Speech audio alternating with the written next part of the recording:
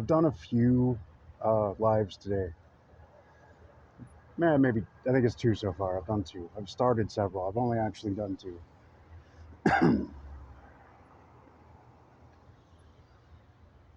And I came to a realization maybe there's a message I'm trying to come across that just wasn't quite there yet. And it's a deep, deep thing here for me because I'm not used to being as open and public as I've been being since I've started this part of my journey. Uh, Here's the deal, right? I have lots of options for you to get a hold of me, share with me, contact me. I'm going to post them under the video. But I want to know mostly, what are the stories you're telling? What are the stories you're telling? You can see one of my stories, right? I still identify as a smoker, but when I take it to identity, it's not an identity. I still smoke for several reasons that I still hold on to. One of the foremost being, I like it. I liked it from the get-go. I'm one of those people who picked up his first cigarette out of his aunt's pack when he was 12 years old and went, ooh, good, I like that. And people tell me about all the health concerns and all that shit, and I'm sitting here the whole time thinking, I'm more than legally obese, like clinically obese, right? Like my thighs and gut, ooh,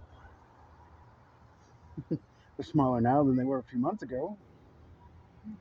But that's also an identity I've adopted. I can turn states into an identity and then also realize that the identity I'm feeling is within that state. Early in Neville's books, he called this the law of reversibility. Not reversibility, reverse ability.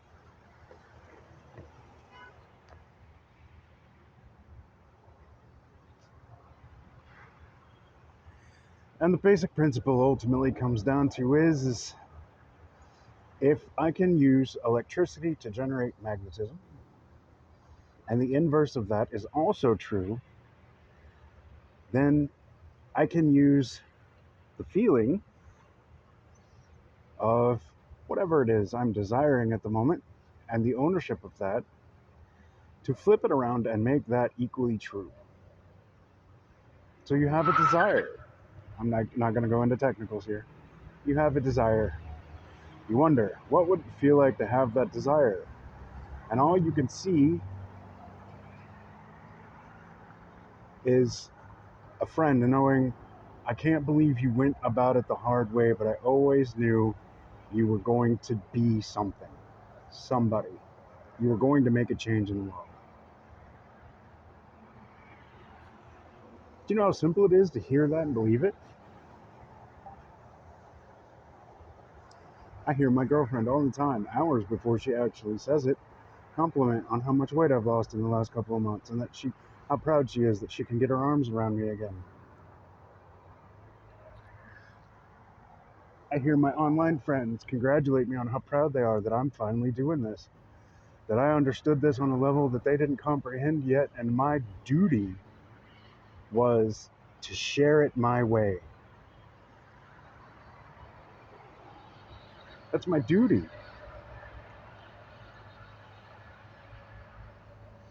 Now, I've got this a little long. It's not going to be like hours long because, well, I don't have the memory in my phone for that. But this is going to be probably a little long. And then part of that also is as I get better with the technology, I can cut it up into other pieces.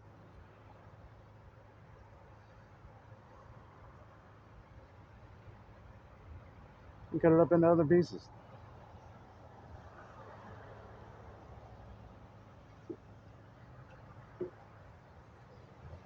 So I tried to sign up to set up my Meta account to do Facebook and Instagram ads.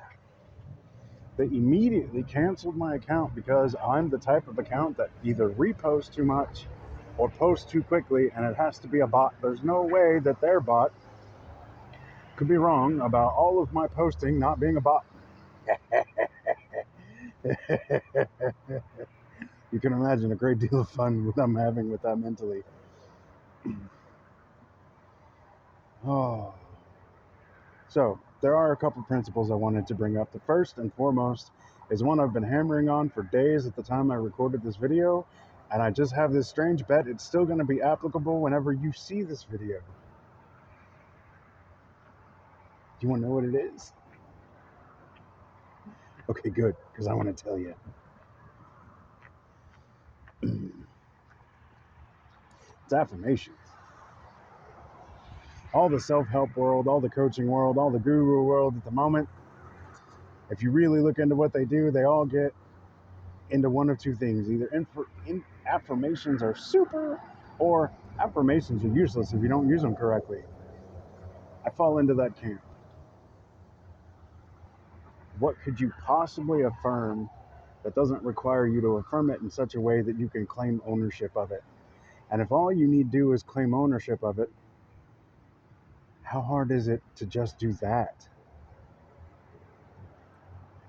Just that. Claim ownership of it. Now, I say that because I want to come back to a play on just a little tiny bit, but I can't share in a 10 or 15 minute video the whole thing, but a little tiny bit is the word responsibility.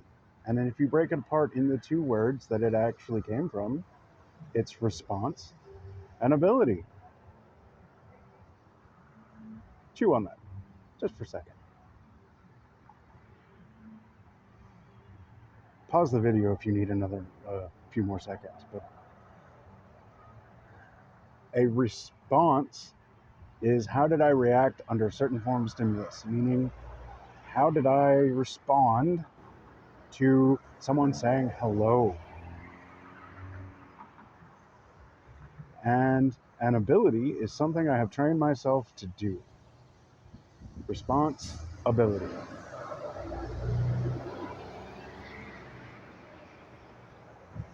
Responsibility. Now let's generate those back. Let's go back to the big words. Responsibility and responsibility. And I have a responsibility to live this way, to share with everyone who will listen how excited I am to live this way. To know that no matter what else I'm doing, this simple cause of life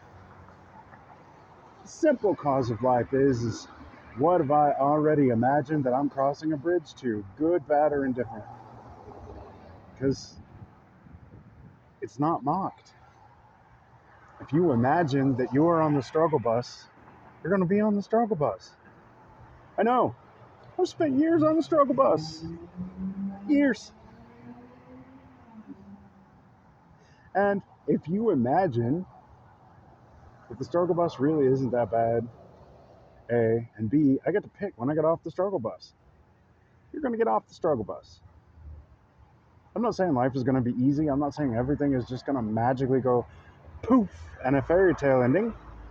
What I am going to tell you, though, is how much more you get to enjoy the journey from the you you're imagining to the you are, and vice versa.